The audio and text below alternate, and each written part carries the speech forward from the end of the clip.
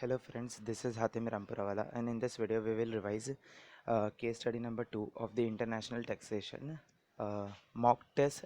This is case study number 2 of mock test paper May 2020. There are in all 5 case studies, of which we will be doing today in this video is case study number 2. This is it seemed quite a little different from the case studies which we would have done till now from the sample case study or the question papers of the past attempts. So that's why I thought of discussing this case study for revision purpose. The other four, I think it is manageable, but if you uh, want that I should make the videos for that case studies also, so you can comment in the comment box below. Okay, so let's revise this case study. Case study number 2. You are practicing in the field of the international taxation. Horse Racing World Champion and the PL Limited are two of your clients. So these two are our clients. HRWC. They are given the abbreviation below. HRWC and Pair Limited. So we'll see. Okay, and who have approached you for the opinion on certain issues. So, Horse Racing World Champion, Horse Racing World Champion, a company incorporated under the law of the United Kingdom, wishes to enter into an agreement with the Horse Racing India Limited. So, this is a UK-based company, HRWC, and that company is entering into an agreement with HRIL, that is Indian company. Okay, HRWC and HRIL are the associated enterprises.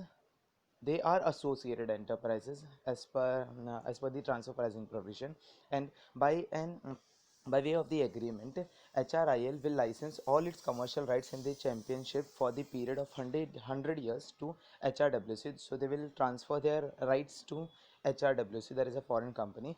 A Concord agreement will be entered into between HRWC and participating team through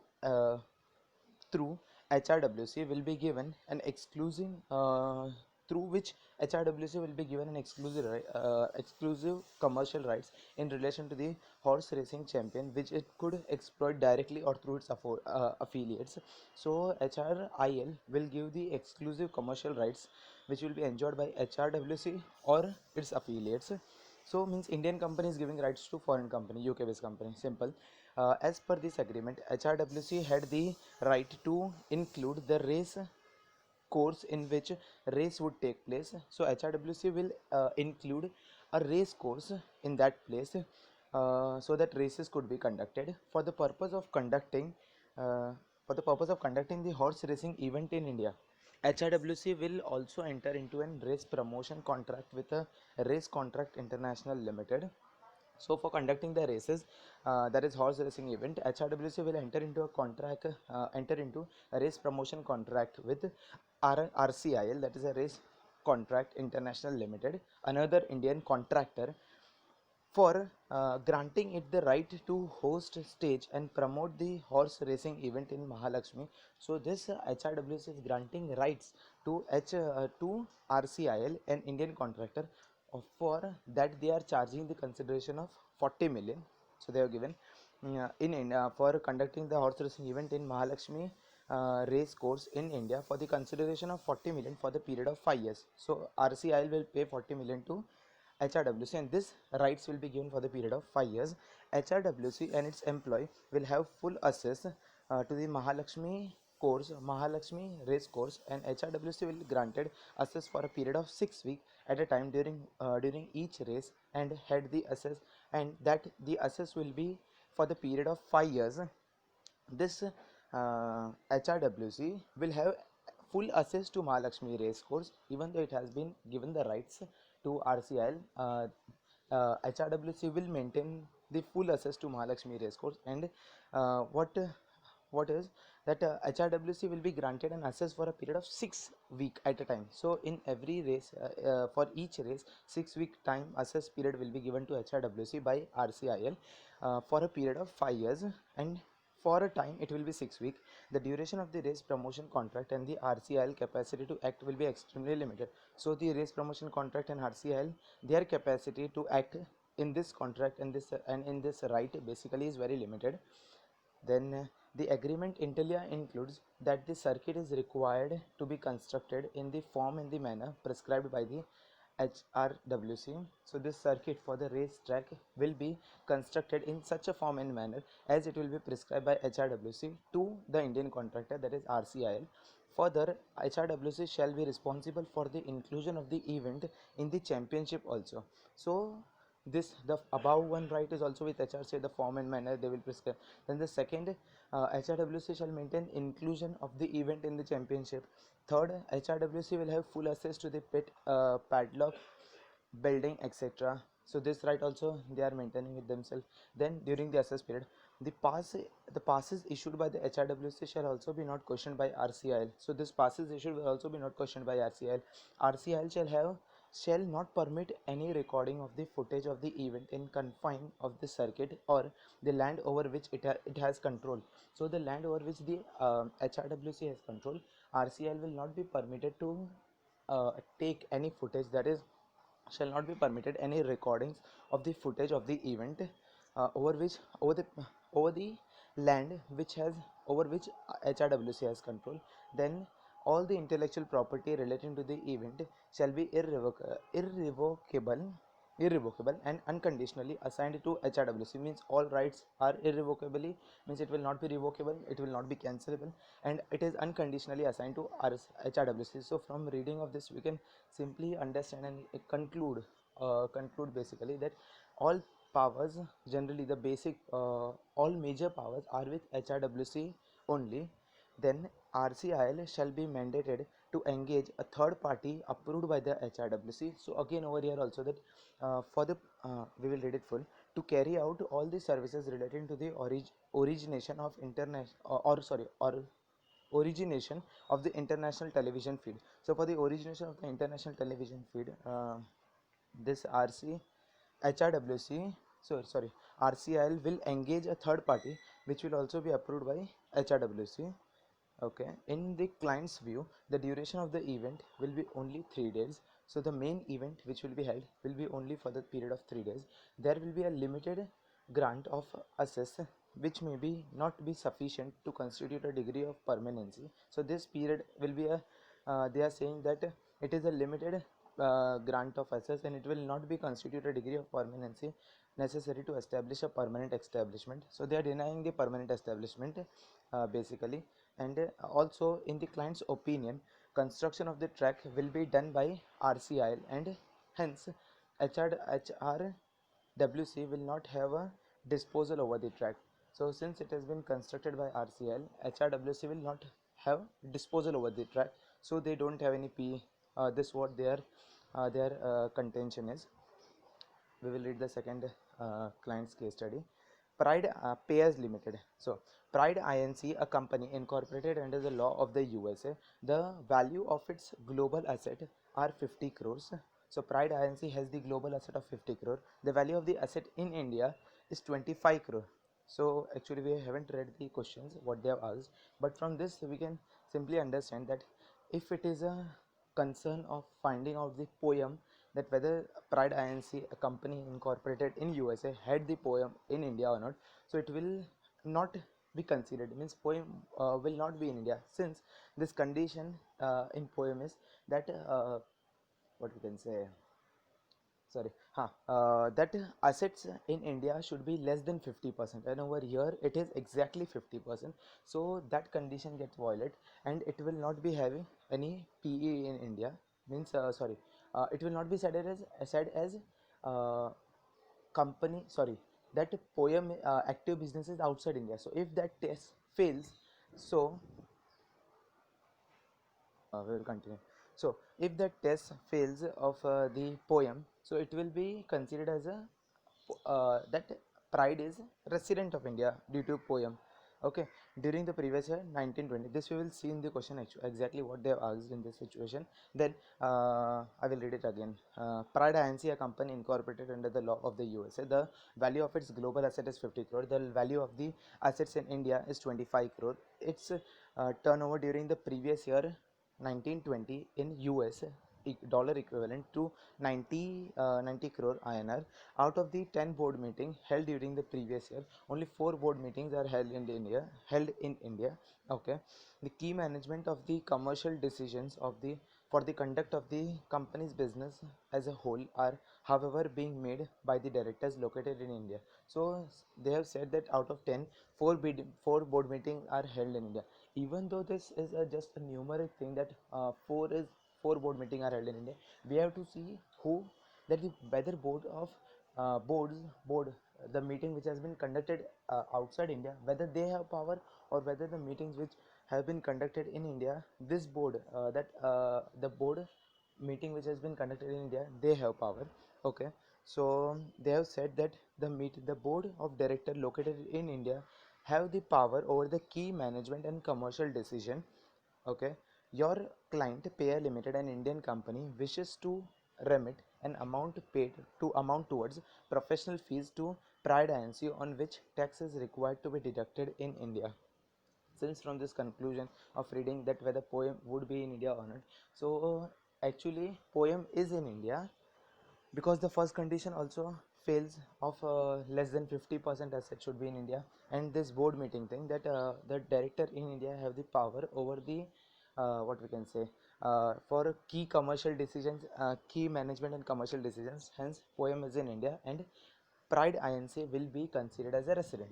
Now a foreign company, if it is considered as a resident, even though it is considered as a resident, the provisions of the foreign company will prevail. That is, foreign company, for instance, if we take an example of deducting a TDS, so it will not be deducted as per any sections under which we deduct when we pay to a normal resident person. For example, if we pay to a what we can say for a contract, so we will not be deducting TDS under 194C, but we will deducting TDS under 195 itself, considering it a foreign company, though that foreign company is a resident in India. So this we will see in the answer basically.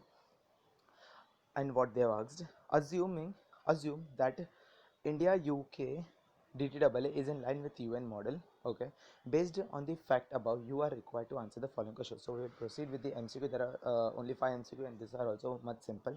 First, in the given case, subject matter is to decide which type of the following PE under the India UK DTAA: fixed place, construction, service, all of the above. Actually, the answer would be fixed place.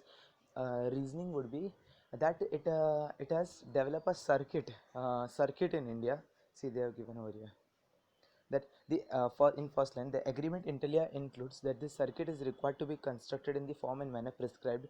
So since the circuit is in India, so that circuit basically will be considered as a fixed place. So it is not a construction PE nor a service PE, so it is answer is fixed place. Second, is RCIL is liable to deduct TDS on the payment made to uh, HRWC, and if so, under which section? It will be B, yes, under 195. Third, for assessment year 2021, under the provisions of the Income Tax Act, Pride Inc. shall be okay, that Pride Inc. which we have considered okay, poem is in India, that will be considered as a resident or not. So our conclusion was that Pride Inc. is a resident in India. So answer is A. You can confirm this with the suggested solution. I also have that. See, solution. First A, B and A. That's what we have selected. A, B 195, then A, resident in India. Fourth MCQ. Assuming that the HRWC does not have a fixed place PE in India, it may constitute PE if it sends its employee to India for the rendering of the consultancy services in the previous and ended 20. So if it is a service PE, so for constituting a PE, it has the employer should have a stay for more than 183 days. So answer will be C, 184 days. More than 183 is 184 basically. So 4C. And fifth is, which of the following statement is true in the context of the satisfaction or otherwise in the disposition test, that is disposal test, who have the power of the disposal by HRWC. So answer will be C, that is disposition test is satisfied since HRWC has taken over and exercised control over the entire event. Since we had seen from the case study itself by reading that entire control is in the hands of HRWC at the end. So HRWC have the disposal power. So answer is C, disposition test is satisfied. Descriptive question. There are only three descriptive questions, and all are very simple. First, from the fact of the case, you are required to advise whether the agreement entered by HRWC and its activity pursuant thereto constitute a permanent establishment in India. Justify your answer with reasoning and decide case law if any. Okay, so there is one case law also in this. One World Championship Limited versus CID. Okay, question number one. So we have to just simply state whether it is forming a PE in India or not. This HRWC is forming an PE in India or not, since it was a UK based company.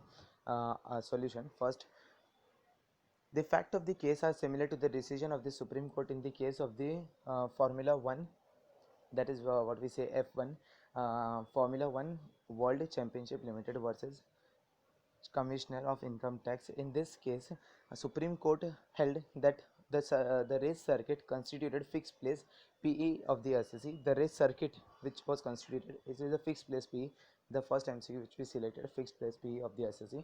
The Supreme Court observed that the essential condition which needs to be satisfied for the existence of the fixed place PE under Article 5(1) of India UK DTAA India UK was in line with UN model they have given in the question. Then A, for satisfaction of the condition, first, existence of the fixed place of the business and the business of the enterprise is wholly and partly carried out through the fixed place. So fixed place business should be there, and from there business should have been conducted. A major contention put forward on behalf of an assessee was the fact that the that any access to the assessee was only given during the period of 6 weeks, and that the circuit was built by the Indian contractor using its own engineer and architecture and was at the disposal of the Indian contractor as the promoter of the event. So this contention was put by the HRWC that Indian contractor is a promoter, that has been the circuit has been built by RCI, that is an Indian contractor. Then they have only given a period of 6 week access for a period of one time 6 week period for a period of 5 years. So it will not form a PE, but that contention is wrong because it is forming a PE in India. Okay, the Supreme Court considered the matter in which commercial rights were enjoyed by the SSC and its affiliates to determine who was in the actual control of the event. So we have to see who was in actual control of the event. The fact clearly highlighted that though Indian contractor was designated as a promoter of the event, even though that Indian contractor was a promoter, but the actual control were mainly with in the hands of HRWC. In reality, its authority to act as a promoter was severely restricted. This clause clearly highlights that. So this is just copy paste from the question, that is case study itself, that what all powers HRWC has. First, the circuit is required to be constructed in the form and the manner prescribed by the assessee. The assessee is responsible for the inclusion of the event in F1 championship, that they have they have responsibility for the inclusion. Then the assessee had the full access to the pit, padlock and building during the assess period. Then the assessee issued the passes issued by the assessee should not be questioned by the Indian contractor. So over there they reserve their power. Then the Indian contractor could not permit any recording of any footage of the event in the confine of the circuit or the land over which it has control. So they were restricting the recording rights also. Done till that 1 2 3 4 5 points were done. Last second point, all the intellectual property related to the event had been irrevocable and unconditionally assigned to the assessee. So all power were unconditionally assigned to the assessee itself, that is HRWC, and the Indian contractor was mandated to engage a third party. So now and last point also, the power is with HRWC for the approval of the third party which was engaged by the Indian contractor for the origination of the Indian television feed. So from this all points we can conclude that the major power, all the essential power over the race course, race promotion, this horse event was with HRWC. So consequently, wait a second. Consequently, court held that the circuit constituted a assessee's fixed place PE in India, since the assessee and its employee had the full access of the circuit, and the assessee was granted as the assessee was granted access for a period of 6 weeks at a time during each race and that assessee that and that access was for a period of 5 years. Okay, so this they have said that they were having the powers.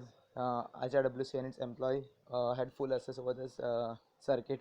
Once for one time, it was 6 weeks, and it was for a period of 5 years.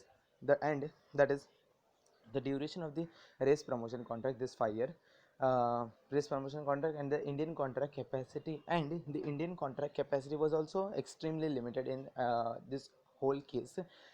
Accordingly, it was held that the assessee carried on a business in India within the meaning of the expression Article 5(1) of the DTAA. The Apex Court observed that the arrangement clearly demonstrated that the entire event was taken over and controlled by the assessee and its affiliates, and accordingly rejected the assessee's stand that since the duration of the event was only for the 3 days, there was limited access granted during limited access granted, which was not sufficient to constitute a degree of the permanency necessary to establish a fixed place of PE in India, since for the entire period of the race the control was with assessee. So this entire thing states the same thing, that even though the contention that assessee was putting that only 3 days was access was given, and the what we can say and the it was developed by the constructed by the Indian contractor, but actually that contention can't be accepted, and it will constitute a PE in India. Then where we had left,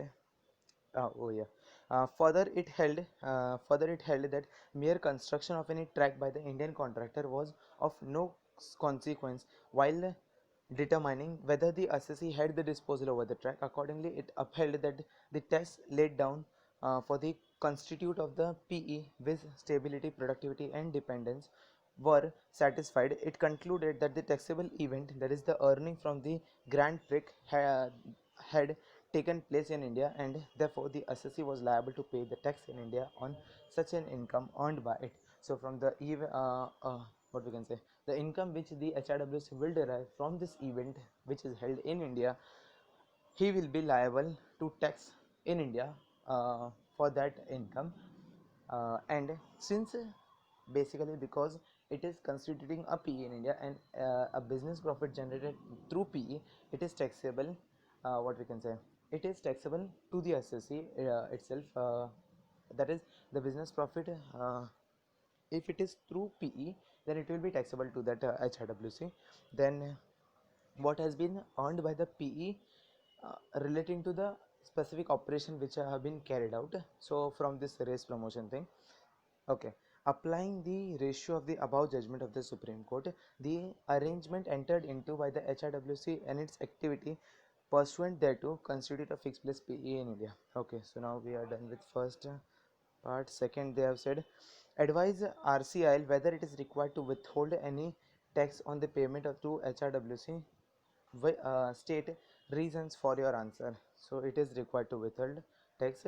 The Supreme Court, in case of any Formula 1 championship, Commissioner CIT 394 ITR 80 clarified that TDS tedious obligation of an Indian contractor under section 195, this we have seen in MCQ also, that it will be deducted under 195 on the payment made by the assessee, was limited to the appropriate portion of an income which is chargeable to tax in India, and decided by the and directed by the assessing officer to compute the same. So if it is chargeable for the only that portion which on that portion only TDS will be deducted, which is chargeable to tax in India. So on for that, assessee have to make an application to the assessing officer, and assessing officer will bifurcate the portion on which TDS needs to be deducted, and accordingly TDS will be deducted. The Supreme Court held that since it has been established that the payment being made by the Indian contractor was in the nature of the business income earned by the assessee through its fixed place in India, that is the circuit, Indian contractor was under an obligation to withhold taxes on such a payment. So since what they have said, that the Supreme Court held that since it has been established that the uh, payment being made by the Indian contractor was in the nature of the business income earned by the SSG. So this race course event is the business that what we can say, this 40 million which RCIL has paid was for the rights, and it relates to the business income. So earned by the assessee through its fixed place in India, that is the circuit. Indian contractor was under an obligation to withhold. So for that, Indian contractor is under obligation to withhold the tax on the payment made. Reference was made to the landmark judgment of the Supreme Court in GE India Technology Center Private Limited versus Commissionerate. Okay. However, a Supreme Court partially agree with the submission of an Indian contractor that his liability to withhold the tax could only rise for that portion of the income. So they have said again basically that thing only for the withhold the liability to withhold the tax is only for that portion that which the income of the income which is chargeable to tax in India on account of the existence of the PE. Okay, applying to the ratio of the above judgment. So whatever ratio will be given by the assessing officer, applying to the ratio of the above judgment of the Supreme Court, RCIL is required to withhold the payment of taxes on the payment to be made by the made to HRWC on the portion of the income which is chargeable to tax in India. Based on the portion which assessing officer decide, RCIL will deduct the tax on that portion of income. Basically, same thing has been repeated twice. In first para also they have said the same thing, in this para, second para also, and in last sentence also they had said the same thing, that on the portion of the income which is chargeable to tax in India, RCI's liability is only restricted to that portion and he is required to deduct, that is he is obligated to deduct the TDS on that payment. Okay, 26 minutes has been passed. Okay, only last part is remaining, and this is also simple. This also we had discussed while discussing the case study itself. Determine the residential status of the Pride Inc. under the Income Tax Act. Advise the payer limited as to whether tax on the fees of the professional. First, we have to determine the residential status, and we have to also determine whether the tax on the fees of the professional services paid to Pride Inc. has to be deducted under the under section 194 or 195. So this both thing has we had deducted while reading the case study itself. So I will quickly read this. Answer 3. In the given case, Pride Inc. is the company incorporated under the law of the USA and hence resident of the USA. It is a foreign company under the Income Tax Act 1961. However, the said company shall be considered to be a resident in India if its place of effective management is India. So if it will be resident if the poem is in India. In this case, the company do not satisfy the active business test outside India, since 50% of its assets are located in India, that is 25 out of 50 crores assets.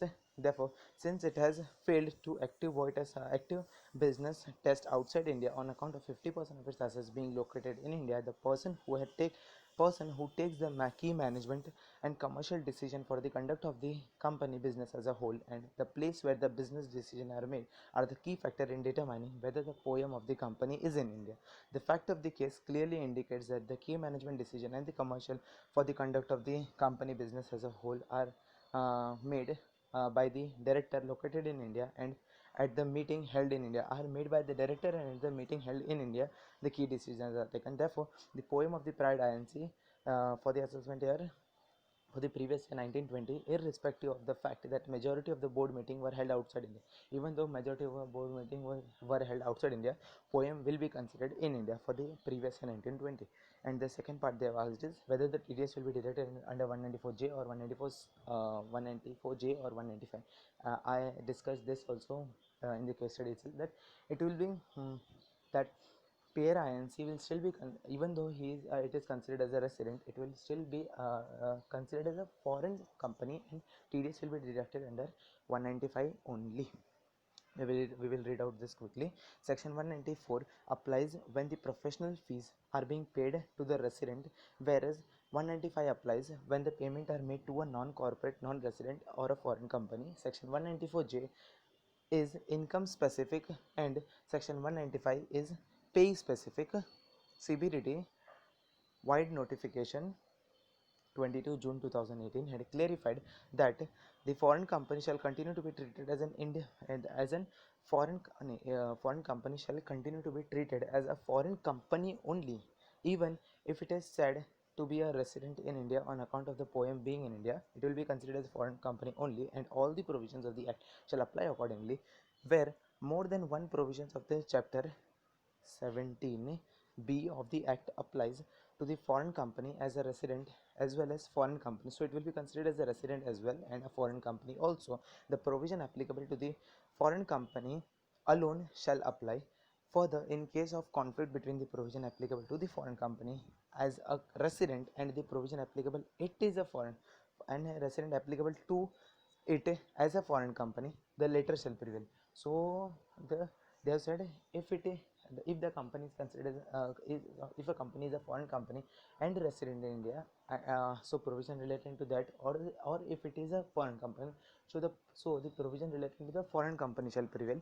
Therefore, the rate of the tax in such a case of the foreign company shall remain as the same, that is the rate of the income tax applicable to the foreign company, even though residential status of the foreign company changes from non-resident to resident on the basis of the point. So even though the residential status change from non-resident to resident in this case of the prior diancy, because of the application of the poem, the provisions of the foreign company shall apply and TDS will be deducted under 195, as they have said the same thing again and again. Hence, payer INC shall deduct the tax under section 195 while making the payment of the fees for the professional services to Prad INC, a foreign company in India. So we are done with this case study. Yeah, only 3 questions were asked. Thank you for watching the video.